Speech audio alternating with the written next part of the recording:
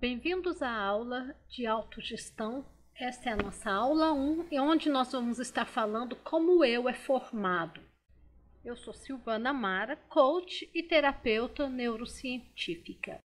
Nós vamos estar falando sobre as 5 esferas da personalidade. Quais são as 5 esferas da personalidade? A primeira esfera é o ego, o segundo é o inconsciente pessoal, a terceira esfera são arquétipos, a quarta esfera é a ânima ou ânimos e a quinta esfera é o self. O que é o ego? O ego é a esfera da nossa personalidade, são máscaras sociais que usamos para interagir com o meio. O ego, personalidade, é aquilo que os outros veem em nós e é a nossa percepção de como somos vistos pelos outros. Como que o ego, então, é formado? O ego é formado após o nosso nascimento, através de nossa interação social com os nossos pais, os nossos parentes. O ego é formado a partir da socialização, que se inicia primeiramente no âmbito familiar, na célula máter, que é a família.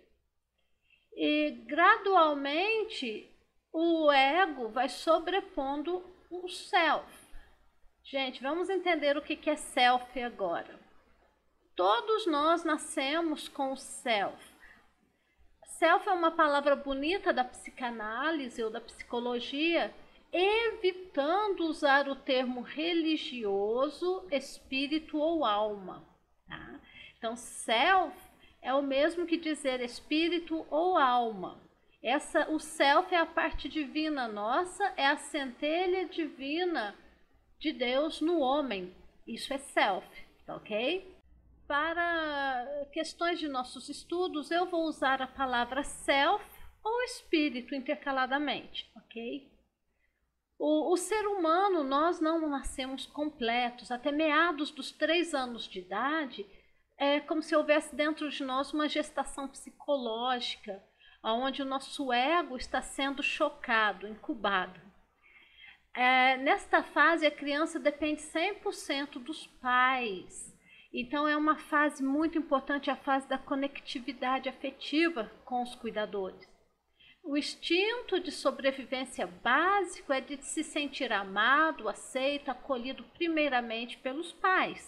O ego, a esfera da personalidade, é formado pela leitura que a criança faz da expectativa dos pais sobre ela, buscando desta maneira se sentir amada e aceita.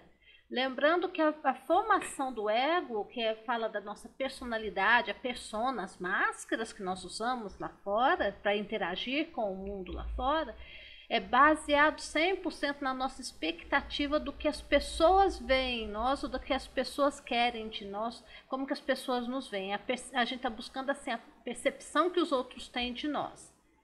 Então, a questão do ego inclui, em grande medida, também as expectativas inconscientes, uma vez que, por ainda não possuir um ego formado, a criança está com o seu self exposto ao inconsciente familiar. Depois nós vamos aprofundar no self. Então a criança recebe como herança psíquica tanto estímulos positivos de amor e afeto, que se transformarão em potenciais realização e segurança pessoal, se ela tem uma família que deu a ela esse patrocínio positivo, deu amor, aceitação. Mas se a gente vem de um lar disfuncional, bagunçado, esses estímulos negativos de abandono ou rejeição também vão ser jogados para dentro de nós como herança psíquica, que vão resultar na vida da criança, que mais tarde vai carregar com ela como adulto, vai resultar numa angústia terrível, semelhante à sensação de uma quase morte. É na fase da infância que se dá origem aos mecanismos de defesas psicológicas, que darão origens aí aos sentimentos, às fixações, aquelas obsessões, a pessoa fica obcecada, fixada em alguma coisa. E posteriormente, esses mecanismos de defesa vão dar origem aos complexos, que são frutos de grande insegurança psicológica e sofrimento emocional ao longo da vida. Os complexos, nós vamos estudá-los como protetores de ego, podem ser entendidos como reações emocionais que geram uma resposta fisiológica instintiva, que geralmente provoca um comportamento involuntário e inconsciente. Agora nós vamos focar nos complexos como protetores de ego. O que são esses protetores de ego? São os nossos falsos eus, são as nossas subpersonalidades. Todos nós temos personalidades múltiplas. E essas personalidades múltiplas são facilmente acessadas via terapia de sistema interno, sistema familiar interno. Esses protetores de ego são facilmente acessados. Os complexos ou protetores de egos têm pensamentos próprios, crenças próprias, emoções próprias, comportamentos próprios. Em suma, são uma subpersonalidade habitando o nosso sistema psíquico, causando reações emocionais que geram uma resposta fisiológica instintiva e que geralmente provocam um comportamento involuntário e inconsciente. Estas características atuam a partir das feridas emocionais do ego. O próprio ego em si pode ser visto como um complexo. Quem cura o ego é o self. Quem tem poder curativo sobre o ego é o self. O self é que cura as feridas emocionais do ego. Uma vez que as feridas são curadas, você consegue superar traumas, liberar energia psíquica fixada naquela ferida emocional, ou subpersonalidades ou partes. Uma vez que é curado, você vai lidar melhor com o sentimento de desaprovação externa e utilizar a energia psíquica positiva, que vem do seu verdadeiro eu, da sua alma, do seu espírito, e virá à tona como potencial para a conquista dos desafios que levam você àquele estado emocional de autoaceitação, de autoaprovação. O reconhecimento e a ancoragem no self é uma das metas do processo de individuação.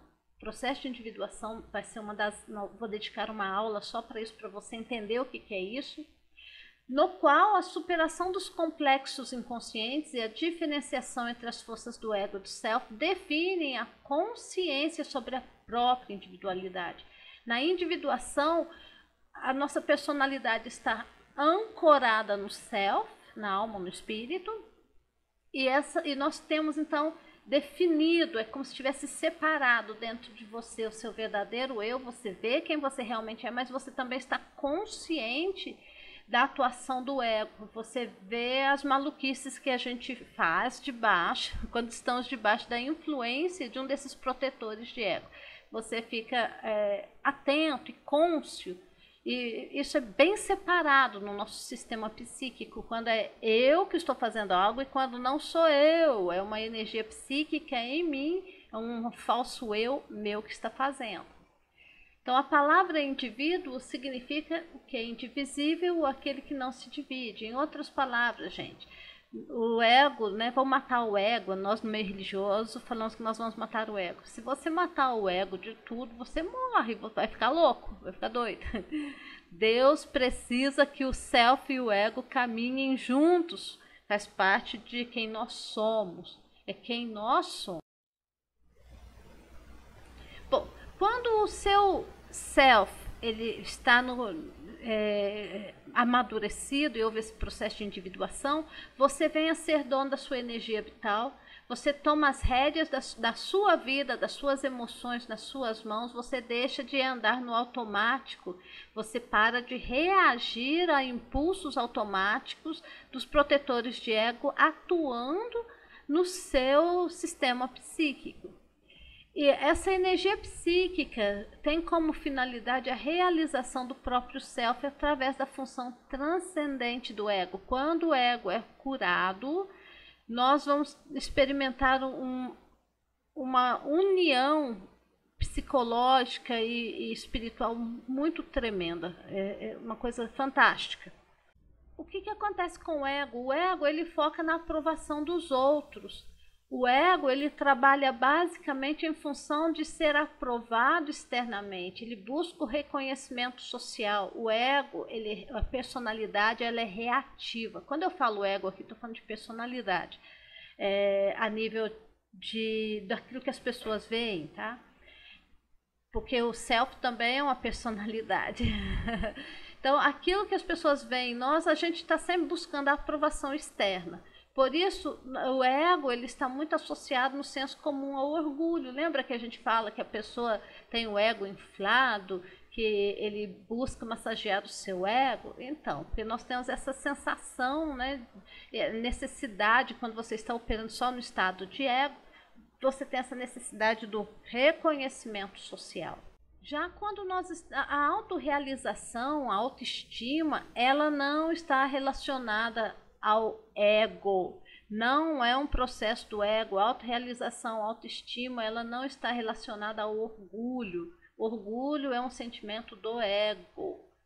O self, que é a alma, o espírito, se realiza somente num nível mais profundo. Para tal, é importante que cada pessoa olhe sinceramente para dentro de si mesma e se conecte com a sua verdadeira essência. Só assim você pode reconhecer e determinar o que realmente te realiza como pessoa. Aí, da onde que vem então a verdadeira autoestima? A autoestima reside no self e não no ego. A autoestima reside no self, no espírito do homem, e não no ego, que é a personalidade, as várias personalidades, as várias máscaras que nós usamos no dia a dia para interagir com o meio social. A autoestima não está baseada lá, naquelas máscaras que a gente põe. Ela está baseada no self, tá? No nosso espírito. E ela pode ser alcançada através do self, pois ali reside a capacidade de agradar e ser estimado verdadeiramente por si mesmo. A autoestima é uma questão do espírito, é quando você aprecia a pessoa que você é, quando você aprecia a pessoa que Deus te fez para ser. Então, buscar somente agradar aos outros sem agradar a si mesmo pode fazer bem ao orgulho e ao ego, mas não necessariamente trará autoestima e realizará o seu espírito, o self. Podemos perceber quando estamos em função de um ou de outro, ou do self ou do ego, exatamente quando estamos presos em um destes dois polos. Ou eu estou orgulhosa de mim mesma, das minhas realizações, mas um lado meu não está muito, né, não está muito satisfeito, né?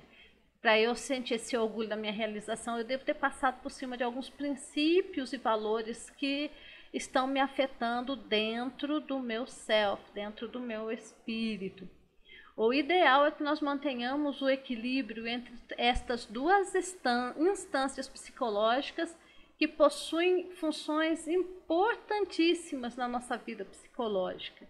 Nós precisamos tanto da personalidade, uma personalidade curada, com os aspectos positivos, para nós não andarmos no automático, mas nós também precisamos da nossa personalidade chamada de higher self, que é o nosso espírito, a nossa alma, engajada conosco aí, né? A nível de consciência e inconsciência. Nós vamos falar agora, em conclusão, a transcendência do ego. Somente é possível transcender um ego que já esteja bem consolidado, estruturado, amadurecido. Em outras palavras, adolescente não tem condição para isso.